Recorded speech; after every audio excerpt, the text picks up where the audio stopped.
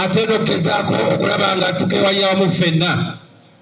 Tetwagala kukawonya buwonya wabula n'okukwewalira ddala ddala. Tetwagala kuddukira bakayina wabula n'abatakalina okuba nga tubawa amagezi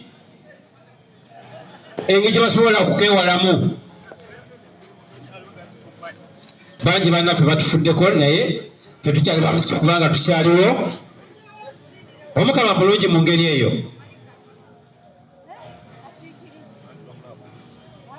Tekiboobo tweyanza nnyo tweyanzeege. Gwe mulundi okusembayo tukuŋŋaanire ku kisaawe wakati. Gwe mulundi okusembayo ogwo tukuŋŋaanire wakati. Ssekiboobo ayogereko gye tuli ate tufune coverage ya BBS kubanga Kabaka ateekeddwa okumanya ne Katikkiro nti naffe ab'emukono ku Kamanyi Sports Arena naffe twaddukiridde omulango wa Ssaabasajja. Mwebale nnyo mwebale ddala. Omulango guno oba okudduka emisinde gino tegiri ku Baganda bokka wabula giri ne ku abo bonna abalina omutima omulungi okuwulira omulango wa Ssaabasajja. Mu kitiibwa kye nja kumusaba taata yegoba okulembera ekitiibwa kya Buganda kubanga tetunaba kuwattakanya Ssaabasajja lino kitiibwa, so nja kusaba taata kyangu ono mu maaso. Ssaabasajja Kabaka abadde ateekawo omulamwa ku buli kisinde era n'omulamwa gw'omwaka guno tegwawukanye nnyo miramwa gyonna. Omulamwa gubadde gwa kulwanyisa akawuka ka Mukomye. Ssaabasajja Kabaka mumumanyi nti ye munyenye yaffe okulaba nti alwanyisa akawuka ka Mukomye tukagoberedde ku lukalu lwa Afrika by mwaka gwa 2013. N'olw'ensonga eno abavubuka ab'obulenzi n'abasajja ffe abakulu Ssaabasajja atukubiriza tubeere basaale tukulemberemu olutalo luno lwe yatandika tulabe nti tulwanyisa akawuka ka Mukomye. Bamaama bano otunaaba tuzannyira olwo yaffe olulumbi lwaffe bamaama bano tunaaba tubayambyeko nnyo. Njagala kusaba abavubuka baffe mwe abali wano omulembe guno gwammwe omutebi Ssaabasajja ayagala mukulembere nga muli balamu. Okulwakusawo omulamwa guno okulwanyisa akawuka ka Mukomye ng'atandikira ku bavubuka abaayagala abeere n'abavubuka be abakulembeze baffe abaleero abajja omukulemberako ebitundu bye kubanga muli gye bya Kabaka ekifudde obwakabaka okuba obw'amaanyi obutakoma nga buyita mu kusoomoozebwa gyeri eri abavubuka okuba nti muli b'amaanyi ayagala mubeere balamu. Ssaabasajja tumwebaza nnyo okulaba nti leero atunuulidde ensonga ya Mukomye. Njagala okubategeeza nti abangi kuffe tetwagala kwekebeza tutyayo naye njagala okubakubiriza si kibi okumanya status mukola ki mwoli kubanga njagala okubategeeza nti ne bw'oba obanga bakusanzeemu tolina akawuka si enkomerero yaki ya bonna. Kitegeeza nti kakati weewongere okweddaabiriza obulamu obubwo ate osobole okubeerawo emyaka emingi ennyo. Ate tuweyongere n'okukubiriza abaana okansolinga mu masomero abaana. Obulwadde buno tebuliko muto tebuliko mukulu. Omulembe gw'ennaku zino gwa.com abaana bano bategeera ebintu mu budde kati singa ffe twakuliranga. N'olwekyo omusomo gulina kutandika mu baana paka eno ki muffe bakulu. Abasajja abuyisa mu Katikkiro atukubiriza okulwana masajja okulaba nti omwaka 2023 otunaatuukira nga akawuka ka Mukomye olufumo mu Uganda yonna. Naye mu kukola ekyo Ssaabasajja Kabaka nga bw'omwami ng'ayita mu Katikkiro atukubiriza abasajja okubeera abasaale mu kuziyiza akawuka akaleeta Mukomye.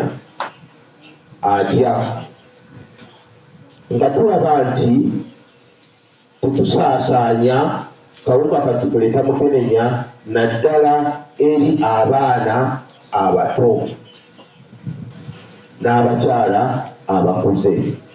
Ogerako buli kaseera ffenna tukimanyi nti okulwanyisa akawuka ka Mukomye tulina engeri 3 gye tuyita ABC naye nsaba olwetwongereko okukebere ABCD. A. Abstinence. B. Be faithful to your pattern. C. That's the condom use. Next, disseminating true information about AIDS. Tuogere oba tusasanya amawulire amatuufu agakwatagana ku HIV/AIDS nga tetukyalina kutya yadde okuswala yadde okwekomoma wabwe tuneekomoma abantu baffe tebajja kufuna kituufu kikwata ku HIV. Era nze nsaba emisinde gya leero gitubeerere omusaale gitubeerere omulamwa gutubeerere omusaala gwe twetise olw'okwongera okubunyisa ffenna abali wano obubaka obutuufu obukwata ku HIV ate n'abafunye akawuka tubakubiriza okumira eddagala kuba okufuna akawuka tekitegeeza kuba mulamu bwansi eno. Tubadde tudduka awo waliwo mwami atugambye kati muddukira biki ebaside ye wali ogiddukidde okugjako akajanja kweiyo wali ogiddukidde kati n'otunuulira ekintu n'obuuza nti kino ekintu bw'oyita okirowooza nti kiri kuwa Kabaka yekka naye Kabaka yalowooza n'abeera nga yalowooleza mu maaso eri abantu beffe kitwetaaga obulamu kubanga omuntu yenna addusa olwaliro bwonna nfa wano togenda kusigala kyekimu owulira nga obulamu bulina engeri gye butambula naye kati obubiri bulina engeri gye busanyuseemu ey'enjawulo oyinza n'okugamba oba nabadde ki naye ng'omubiri olina kyogukoze eki kyogwongeddeko so nolwekyo kye kyeŋŋamba nti tweyanza nnyo buli omu akibaddemu okubeera mu butudduse mulimu abagambye nze nabadde njagala byekampala bireka binyuma ne mugamba nedda tekiri mugamba nti kunyuma naye omugaso gwokoze eki gwogyemu n'abantu buli wamu onaonaona mu lwotole tulina ngeri yegamba nti no you connect with people kati wano olwaleero tulina abantu be twegasse nabo omulala ajja kusanga agambe nakusangako mu kudduka mu misinde gyani gya Ssaabasajja ate omuyimbi agambye oba tebwetabe mu luno kibeerawo mulundi gumu muki ati tetumanyi oba onootuuka mu mwaka ogujja mu mwezi ogw'okumeka ogw'omusanvu kitegeeza kolerawo olwaleero ng'okyasobola okukola ki okukola n'olwekyo obeere ng'okoledde Tebiddewo omuwandiisi wa bodaboda Mukono District twetabye mu misinde gya leero okudduukirira omulambo gwa Ssaabasajja Kabaka bwe yatukubiriza ogw'okulwanyisa Mukenenya.